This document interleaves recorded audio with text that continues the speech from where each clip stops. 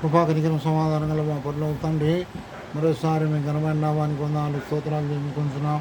నువ్వు ఉదయకాలం మొదలుకొని ఇంతవరకు కాల్చినారు, కాపాడినారు, భద్రపరిచినారు. యూట్యూబ్ చూపుతుండగా ప్రభా అనేకులు రక్షణ మార్గస్థలం సాయం ఇచ్చారు. రక్షణ పొందిన వారు ఉద్యోగం నిరాకరణ కొరకాయ మెలకోగలిగిన జీవితం జీవించడం సాయం దయచేవు. యేసుక్రీస్తు పరిశుద్ధ నామమున స్తుతించి ప్రార్థించి వేడుకొనుచున్నాం తండ్రి, ఆమేన్. పరిశుద్ధ గ్రంథంలో నుండి దేవుని వాక్యము ప్రవచనం అంటే ఏమి, ప్రవచనం అనేది మనం చూడగలుగుతున్నాం. దేవుని వాక్యంలో 2 పేతురు 1వ అధ్యాయం 20 వచనంలో, ఒకడు తన ఊహను బట్టి చెప్పుట వలన లేఖములలో ఏ ప్రవచనమును పుట్టదని మొదట గ్రహించుకొనవలెను.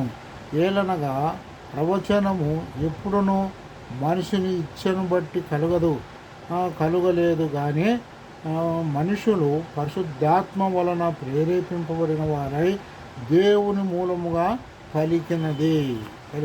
కాబట్టి సహోదర ప్రవచనం అనగా ఒక మనిషిని ఊహ ద్వారా ద్వారా మరి కలిగినది కాదు, ఊహ ద్వారా కలిగినది కాదు, కానీ పరిశుద్ధాత్మ వలన ప్రేరేపణ వలన కలిగినది ప్రవచనము. కాబట్టి సహోదర ప్రవచించేవారు ఈ లోకంలో అనేకులు ఉన్నారు, అనేక అబద్ధ ప్రవక్తలు ఉంటున్నారు. కాబట్టి సహోదర దేవుని వాక్యంలో ఉండి మనం చూసినట్టయితే అపోస్తలుడైన పౌలు చెప్తాడు దేవుని వాక్యంలో. అపోస్తలుడైన పౌలు 2 కొరింథీయులకు రాసిన పత్రిక 14వ అధ్యాయంలో దేవుని వాక్యం ఈ విధంగా దేవుడు రాసి ఉంచినట్టుగా మనం చూడగలుగుతున్నాం. 1 కొరింథీయులు 14వ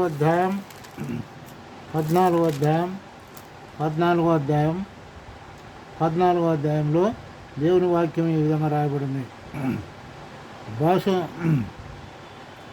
3వ వచనం, 1 కొరింథీయులు 14:3 వచనంలో, భాషతో మాట్లాడువాడు తనకు క్షేమాభివృద్ధి కలుగజేసు కొనును కానీ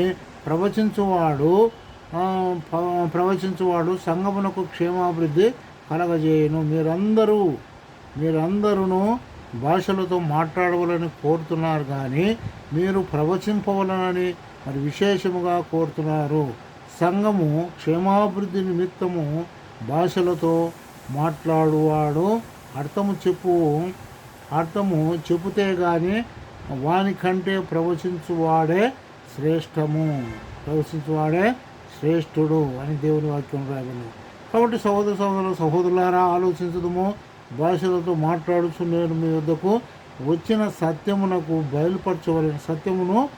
బయలుపరచవలనని అయినను, జ్ఞానోపదేశము చేయవలనైనను, ప్రవచింపవలనైనను, బోధింపవలనైనను మీతో మాట్లాడకపోయిన ఎడలా నా వలన మీకు ప్రయోజనమేమి అని అపోస్తలుడైన పౌలు సెలవిస్తున్నారు.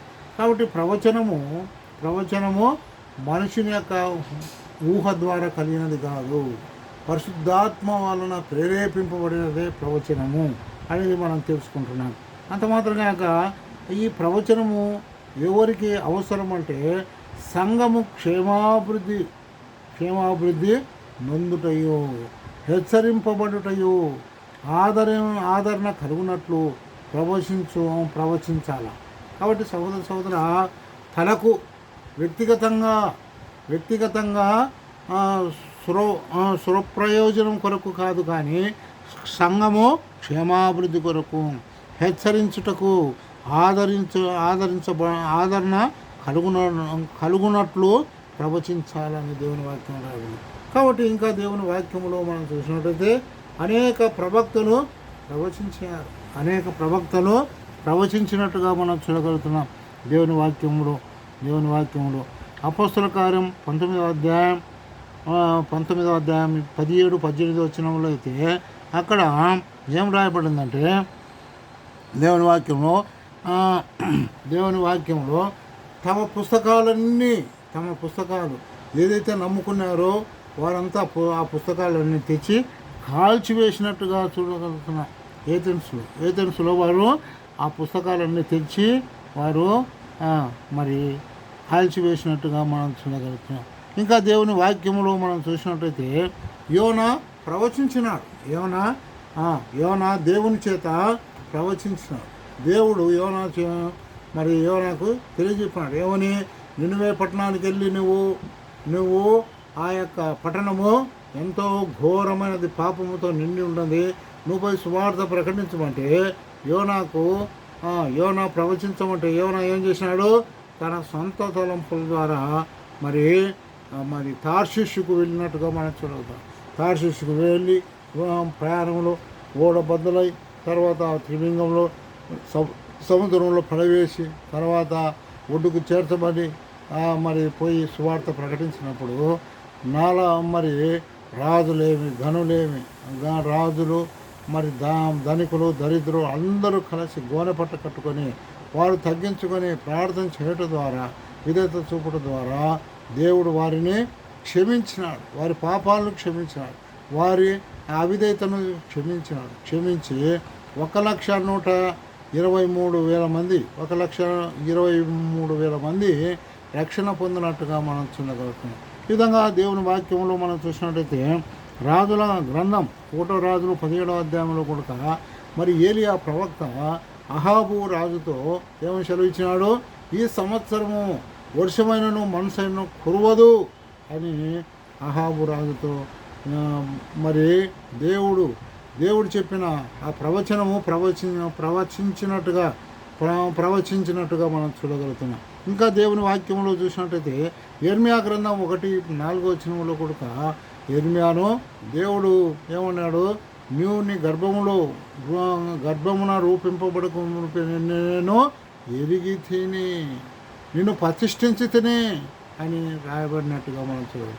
కాబట్టి సోదర ఈ యొక్క మధ్యాహ్న కాల సమయంలో ప్రవచనం అంటే ఏమి, ప్రవచనము ద్వారా మరి ఎవరు ఆదరింపబడుతున్నారు అనేది మనం తెలుసుకుంటున్నాం. కాబట్టి సోదర మరి ఈ లోకంలో అనేక